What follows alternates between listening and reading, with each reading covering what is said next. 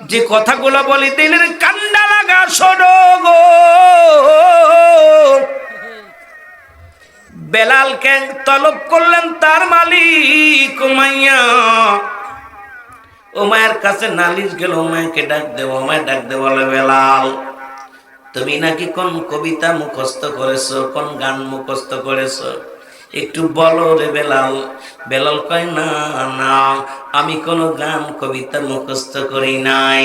আমি পড়েছি এমন একটা মধুর কালেমা, যেটা পড়লে আমি শান্তি পাই, যেটা পড়লে আমি প্রাণটা জুড়িয়ে যায়। তোমারে সেইটা কোনো গান নয়, কোনো বাজনা নয়, সেটা আমি পড়েছিলাম ইলাহা নাই কোনো ইলা ইল্লাল্লাহু কাল্লা সারা মুহাম্মাদুর রাসূলুল্লাহ। আল্লাহকে পার একমাত্র ঠিকানা নূরের নবী রাহমাতাল লিল আলামিন। জোরে বলো মারহাবা। উমাইয়া কয় বেলাল, ও বেলাল আগে তোর কাছে জানতে চাই রে, তোর মালিক কে? কয় আমার মালিক আমার আল্লাহ। সুবহানাল্লাহ। আপনার মালিক কে? না প্রধানমন্ত্রী, স্বরাষ্ট্রমন্ত্রী, সবাই তো হুকুমের গোলাম। রে আমরা ব্যক্তি পূজারি হয়ে গেছি, রব্বে কারিমের পূজারি ছেড়ে দিছি, সব বন্ধ করে দিছি। যদি সুযোগ পাই আস্তে আস্তে আলোচনায় যায়। যে কথাগুলো বলি লক্ষ্য করে শোনো যুবক। ও মায়া কয় বেলাল, বেলাল রে ও বেলাল তোর মালিক কে? কয় আমার মালিক আমার আল্লাহ। তোরে খাওয়াই কে? আমার আল্লাহ। তোকে বাঁচাই কে? তো আমার আল্লাহ। সবকিছুর মালিক কে? বলে আমার আল্লাহ। ও মায়াকে জিগায়, হুজুর আপনারে জিগায় আপনার মালিক কে? কয় কেন রে বেলাল, আমার মালিক তো আমি নিজে। তোর আমার আপনারে বাঁচাই রাখছে কে? কয় আমি নিজেই। মৃত্যু দেবে কে? কয় আমি নিজেই। বেলাল কয় না না না, এই সব কিছুর মালিক আমার রব্বে কারীম আমার আল্লাহ। ও মায়ার ছেড়ে দাও, সব ছেড়ে দাও, আবার নিয়ে যাবে সব কিছু আমার আল্লাহ। কুল্লু মান আলাইহা ফান। জোরে বলো আল্লাহ। আল্লাহ বলে বান্দা এই জমিনটা আমি রাখবো না রে,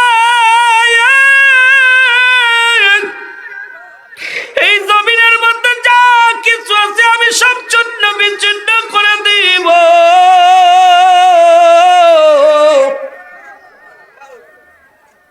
বেলাল কেমনি পাগল হয়েছে, তুমি কেন পাগল হবা না রে যুবক? আল্লাহ কয় বান্দারি এই আসমান জমিনের ভিতরে যা কিছু আছে সব চূর্ণ বিচ্ছিন্ন করে দিব।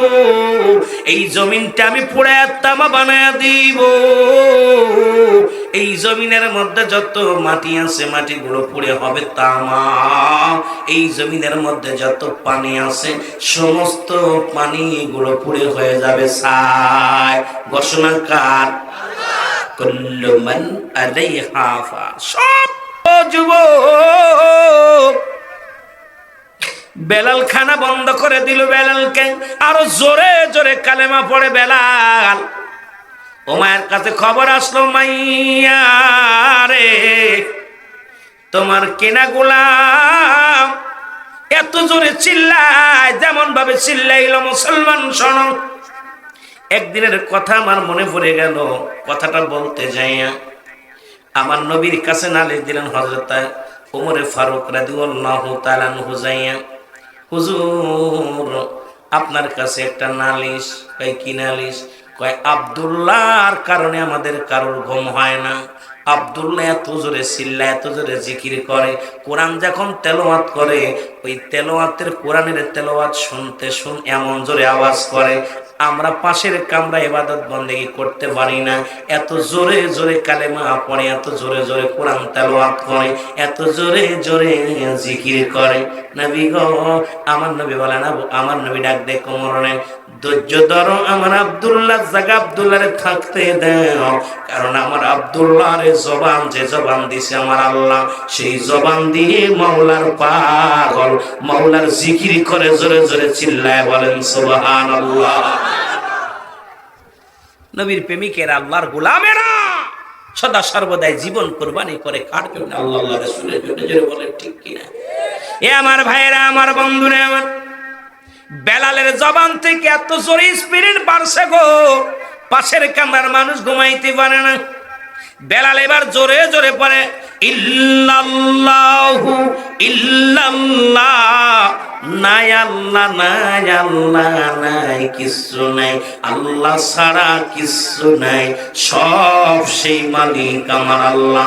বেলাল এত জোরে জোরে চিল্লায়, বেলালের বিরুদ্ধে অভিযোগ গেল, হুজুর সর্বনাশ, বেলালের তো খানা বন্ধ করে দিয়েছেন, কিন্তু স্পিরিট তো কমে নাই, গলার আওয়াজ কমে নাই। বেলাল জোরে জোরে কালেমা পড়ে, এত জোরে পড়ে আমাদের ডিস্টার্ব হয়, আমরা তো ঘুমাইতে পারি না, সারা রাত ভরে সারা দিন ভরে শুধু চিল্লায় লা ইলাহা ইল্লাল্লাহু মুহাম্মাদুর রাসূলুল্লাহ, আশহাদু আল্লা ইলাহা ইল্লাল্লাহু ওয়াহদাহু লা শারীকা লাহু ওয়া আশহাদু আন্না মুহাম্মাদান আবদুহু ওয়া রাসূলুহু। ও যুবক, বেলাল খানা বন্ধ করে দিল বেলালকে, আরো জোরে জোরে কালেমা পড়ে বেলাল। ও মায়ের কাছে খবর আসলো, মাইয়া রে তোমার কেনা গোলাম এত জোরে চিল্লায়, যেমন ভাবে চিল্লাইল মুসলমান শোনো। একদিনের কথা আমার মনে পড়ে গেল, কথাটা বলতে যাইয়া আমার নবীর কাছে নালিশ দিলেন হযরত ওমরে ফারুক রাদিয়াল্লাহু তাআলা আনহু যাইয়া, হুজুর আপনার কাছে একটা নালিশ। কয় কি নালিশ? কয় আব্দুল্লাহর কারণে আমাদের কারোর ঘুম হয় না। আব্দুল্লাহ এত জোরে চিল্লায়, এত জোরে জিকির করে, কোরআন যখন তেলাওয়াত করে ওই তেলাওয়াতের কোরআনের তেলাওয়াত শুনতে এমন জোরে আওয়াজ করে, আমরা পাশের কামরা ইবাদত বন্দেগী করতে পারি না। এত জোরে জোরে কালেমা পড়ে, এত জোরে জোরে কোরআন তেলাওয়াত করে, এত জোরে জোরে জিকির করে। নবী গো, আমার নবী বলেন, আমার নবী ডাক দে কোমরে, ধৈর্য ধরো, আমার আব্দুল্লাহ জায়গা আব্দুল্লাহরে থাকতে দাও, কারণ আমার আব্দুল্লাহর জবান, যে জবান দিছে আমার আল্লাহ, সেই জবান দিয়ে মাওলার পাগল, মাওলার জিকির করে জোরে জোরে চিল্লায় বলেন সুবহানাল্লাহ। নবীর প্রেমিকেরা, আল্লাহর গোলামেরা সদা সর্বদাই জীবন কুরবানি করে কার জন্য? আল্লাহ রাসূলের জন্য। জোরে বলেন ঠিক কিনা?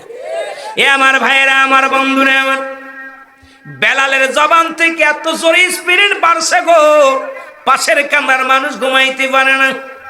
বেলাল এবার জোরে জোরে পড়ে ইল্লাল্লাহু ইল্লাল্লাহ, নাই আল্লাহ নাই আল্লাহ নাই কিচ্ছু নাই, আল্লাহ ছাড়া কিচ্ছু নাই, সব সেই মালিক আমার আল্লাহ।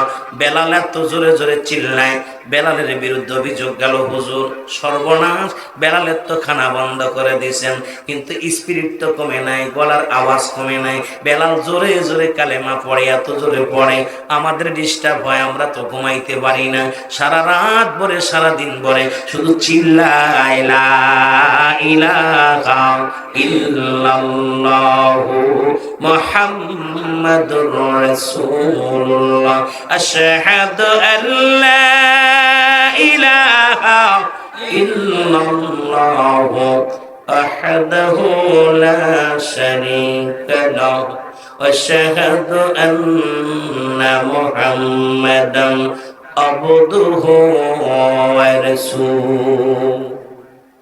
বেলালকে ডাক দেন, হলো বেলাল, তোমার জন্য পাশের কামরার মানুষ ঘুমাইতে পারে না, তোমার জন্য মানুষের ডিস্টার্ব হয়, ঘুমাইতে পারে না, খাইতে পারে না, তুমি নির্যাতন করো। বেলাল বলে, আমি কিচ্ছু করি না। যখন আমার রব্বে কারিমের ডাক দিই, যখন আমি আল্লাহর ডাক দিই, যখন মাওলারে ডাক দিই, মনে এত শান্তি লাগে, মনে আমার এত ভালো লাগে। ওই রব্বের নাম যত জপি ততই অন্তরটা তাজা হয়ে যায়, ততই শান্তি লাগে। এই কারণে রব্বে কারিমের জন্য আমি বেলাল পাগল হয়ে গেছি। ধরে বলেন মারহাবা। বেলালকে বললেন, বেলাল দেখাইতেছি তোর রব। বেলালকে আঘাত শুরু হয়ে গেল, বেলালকে আঘাত করতে করতে মাটির মধ্যে ফেলে দিল। বেলাল কান্দে আর চোখের পানি ছেড়ে কান্দে, বলে আল্লাহ আল্লাহ, আমার তুমি দুনিয়া থেকে নিয়ে যাওয়ার একটা সেকেন্ড আগেও তুমি আমার ইমান হারা করো না। আমার জবান থেকে যেন কালেমা বন্ধ না হয়। এইরকম যদি ইমান আনতে হতো বাংলার যুবকেরা, আমার মন বলে এখানে একটু শীতের দিনে বসতে পারি না। যদিও আজকে ব্যতিক্রম, আপনারা ছাতক পাখির মতো বসে আছেন। যদি ইমান যদি এইরকম আনা হতো, আমার মন বলে বাংলাদেশে হাজার যুবক পাক দুরস্কার হয়ে যেত। কারণ এখনকার যুবকগুলো সব ইমানসর যুবকেরা কোনোদিন কালেমা পড়তো না। ওই রকম নির্যাতন সহ্য করে কোনোদিন আল্লাহর প্রতি ইমান আনতো না। জোরে বলেন ঠিক কিনা? বেলালকে এমন মারা মারলো, বেলাল আওয়াজ দিয়ে একটা বলেন, কালেমার মালাটা পড়ছি আমি, যত পার যন্ত্রণা দাও গো তুমি। বলো কালেমার মালাটা পড়ছি আমি, যত পার যন্ত্রণা দাও গো তুমি। বলো মানি না মানি না, আর যে মানি না, মানি না মানি না, আর যে মানি না, হায়াত মৌতের মালিক তুমি। কালেমার মালাটা পড়ছি আমি, যত পারো যন্ত্রণা দাও গো তুমি। বলো যত পারো, একটু মহব্বতে বলেন, কালেমার মালাটা পড়ছি আমি, যত পারো যন্ত্রণা দাও গো তুমি। বলো যত পারো। এ রহিম, এ রহমান, হায়াত মৌতের মালিক তুমি। বলো হায়াত মৌতের। এই কালেমার মালাটা পড়ছি আমি, যত পারো যন্ত্রণা দাও গো তুমি। বলো যত পারো। এ মুসলমান, গভীর মনোযোগ। শুধু কালেমাকে বুকে ধারণ করে, আল্লাহ রাসূলকে বুকে ধারণ করে হাজারো কষ্ট সহ্য করে নিলেন। চাবুকের আঘাত, মুসলমান শোনো, পাথরের আঘাত, এত নির্যাতিত হলেন পাথরের আঘাত খাইয়া, চাবুকের আঘাত খাইয়া। বেলালের গা দিয়ে রক্ত ঝরে। বেলালের জবানের মধ্যে দুনিয়ার কোনো জল্পনা কল্পনা নাই। জবান দিয়া শুধু কালেমা পড়ি, আল্লাহু মুহাম্মাদুর রাসূলুল্লাহ। এবার মুসলমান বাবারা শুইরা নাও গো।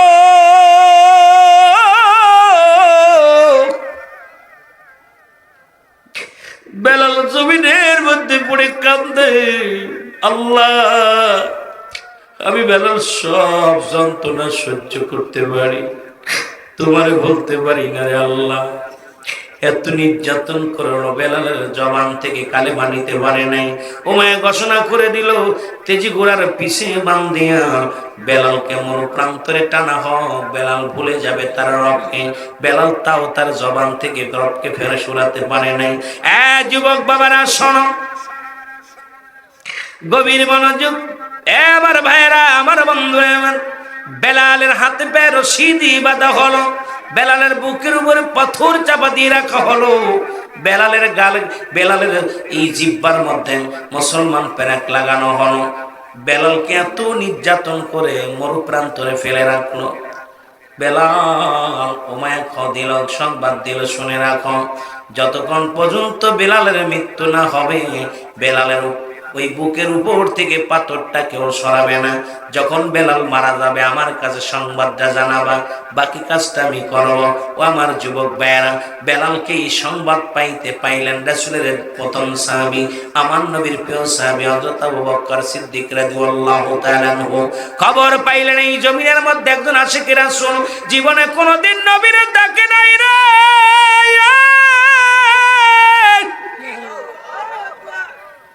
এর না দেখে নবীর পাগল হয়ে গেছে রে, এমন একজন পাগল, এমন একজন আশিক রে এই জমিনের মধ্যে নির্যাতন করা হয় গো। বেলালের কাছে আসছে নাসি আবু বকর দেখে রে। এ মুসলমান শোনো, হযরতে বেলালের হাতে পায়ে রশি দিয়ে বাঁধা রয়েছে। বেলালের পাশে দাঁড়ায় শুনতে পায় বেলালের জবান দিয়ে ছোট্ট ছোট্ট আওয়াজ আসে, আহা আমার আল্লাহ, আমার আল্লাহ। জোরে জোরে চিল্লায় বলা যাবে না মারহাবা।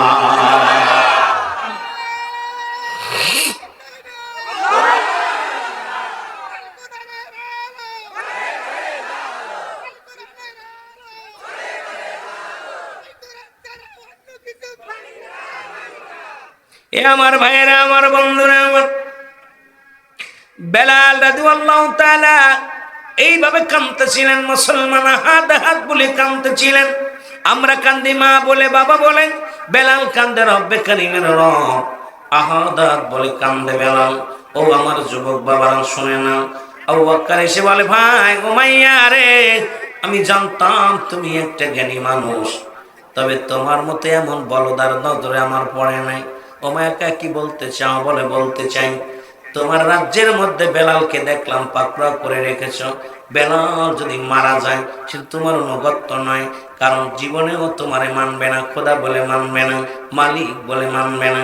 বেলাল যদি মারা যায় তোমার না মানিয়া তোমার আরো চাকর বাকর যারা আছে, তোমার কর্মচারী আছে, তারাও তো তোমার সঙ্গে বিদ্রোহী করবে। সুতরাং বেলালকে তোমার জমিনে মৃত্যু দিতে দিও না। তুমি তো বালা কথা বলছো আবু বকর রে, তুমি তো বালা পরামর্শ দিছ যে আমার অনুগত্য নাই, তারে আমার জমিনে মরতে দিব না, আমার জমিনে মরতে পারে না। একটা কাজ করা যায়, ওকে দূরে ফেলে দিয়ে আসি। আরে আবু বকর ডাকতে বলে, উমাইয়া শোনো, আমি যেতেছি, আমি যাইতেছি আমার দেশের দিকে। সুতরাং তোমাকে একটা অনুরোধ করবো, তুমি যদি বেলালকে দিয়ে দাও, বেলালকে আমি নিয়ে যাব। যদি মারা যায় ফেলে রাখবো, আর যদি বেঁচে যায় আমি ওরে কর্মচারী বানায় রাখবো। দিবে কি আমারে? দিবে কয় নিয়ে যাও। কয় ফিরে নিতাম না, তুমি কিছু দিনার নাও, যেহেতু তুমি করাই করেছো, আবার দাবি যাতে না করতে পারো, আবার যাতে বেলাল যদি সুস্থ হয়ে যায়, আবার তুমি যদি দাবি করো, আবার তো বেলালকে ফেরত দেয়া লাগবে। না না, এটা হবে না, আমি কিছু দেড়হাম দিনার দিবই, নাও হাদিয়া নাও। বিনিময় হযরত বেলাল রাদিয়াল্লাহু তাআলাকে নিয়ে গেলেন। দৌড়ায় যে বেলালের হাতে পায়ের রশি ছেড়ে দিলেন। ছাড়িয়ে দেওয়ার পর বেলালের পায়ের রশি, হাতের রশি, বুকের পাথরটা যখন সরে দিছে রে,